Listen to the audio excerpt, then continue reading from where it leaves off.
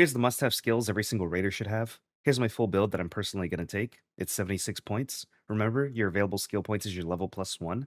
The level cap is confirmed to be at least level 75. You can also consider this security breach build for better loot, especially if you're a solo player. If you're in a dedicated squad, have one person take this build. Next, I'm going to tell you the order to take each skill in each build. After that, you can stick around if you want my explanations for taking each skill. First, must-have skills progression. Unlock in-round crafting and survival, max marathon runner, then youthful lungs and mobility, max looter's instincts, then max silent scavenger or revitalizing squat in survival, up to you which one. Have 3 points in the one you don't max to reach 15 in survival. Take good as new, then traveling tinkerer, then suffer in silence, then max broad shoulders. Next, max used to the weight, and then progress your conditioning or mobility tree. Personally, I go with mobility first. In mobility, put points into slip and slide or nimble climber until you have 15 in mobility. Which one you take is personal preference. Slip and slide helps more in close quarters combat. Nimble climber is more convenient for general use. Take carry the momentum, max effortless roll, then heroic leap. In conditioning, max fight or flight before taking 3 points in proficient prior. Once you have 15 points in conditioning, take unburdened roll, then a little extra, then loaded arms, then survivor's stamina. After you progress your mobility and conditioning trees, max 3 deep breaths in survival.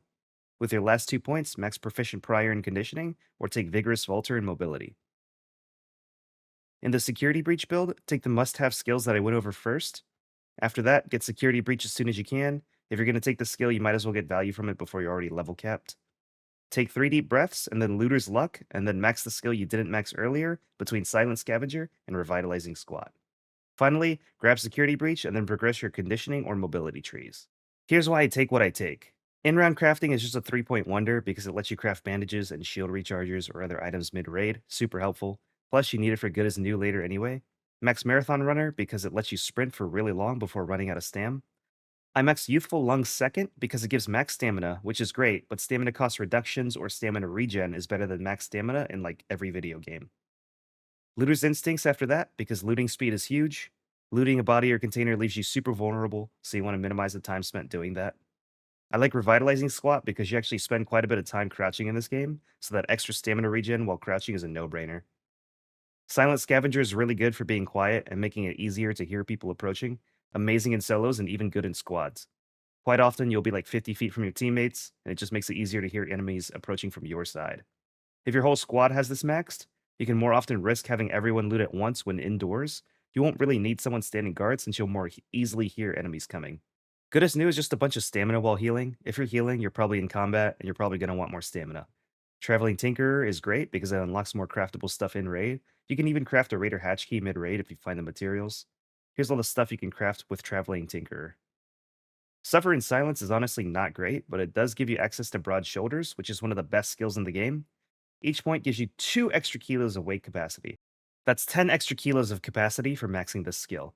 You'll almost never be over encumbered again, especially with purple augments. Incredible. Carry the Momentum makes sprinting free after rolling, goated, especially in combat.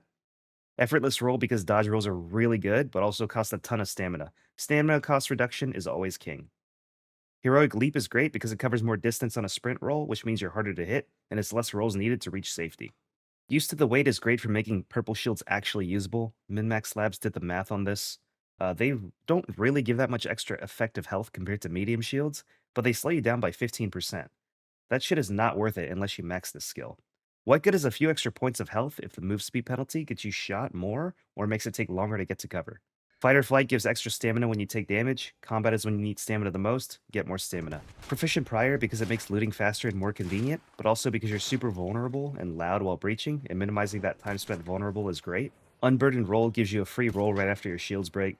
This includes sprint rolls, which cost a massive amount of stamina. You're effectively adding like an extra quarter to your stamina bar in combat. You take it a little extra because extra loot is nice, but it's mostly for unlocking loaded arms. Makes your weapons lighter. If you got 2 weapons, that's a bunch of extra weight capacity. Survivor's Stamina is nice because having more stamina while hurt can save your life. 3 deep breaths gets your stamina recovering a lot sooner after spending it. Vigorous Vaulter is good because sometimes you're desperately running from a player or rocketeer, and the last thing you want happening is getting stuck in the same spot trying to climb over a rail. Looter's Luck is nice because again, less time spent looting means more convenience and safety. And there you have it. That's my recommended build. Is this build similar to what you were thinking? Do you have a different build you were going for? Let me know in the comments as I'm interested in seeing how people like to adjust according to their playstyle. Side note, I really didn't think my guide video would be blowing up this hard. Thank you guys so much for the support and kind words. I just hit 1K subs thanks to y'all, and I'm feeling ecstatic about it. I feel so encouraged to make more. I'm going to be releasing a lot more ADHD-friendly guides down the line, so subscribe and stay tuned. Thank you so much once again. Good luck, guys, and I'll see you guys topside. See ya. By the Grandioso Apartments.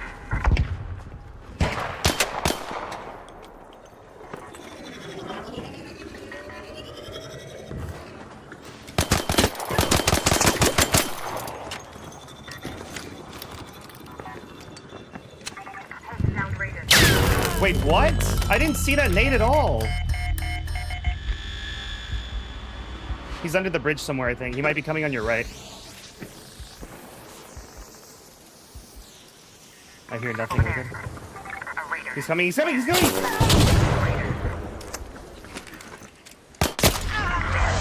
He's got a Pharaoh, he's got a Pharaoh. Nice, nice, nice! Get me up, get me up, get me up. Huge. Yes! Yes, good job. Oh, great, great, great, great, great. Get great first. That roll was so it! Oh, that roll was so it! Oh, it's okay, it's okay. We can pick gray stuff up, it's fine. Yeah, why did you get me first? That's my bad. I didn't realize gray was so low. Yeah. Nah, yeah, my awareness was bad. That's my bad. That's my call that killed her. Well, it was your roll, but yeah, my call too.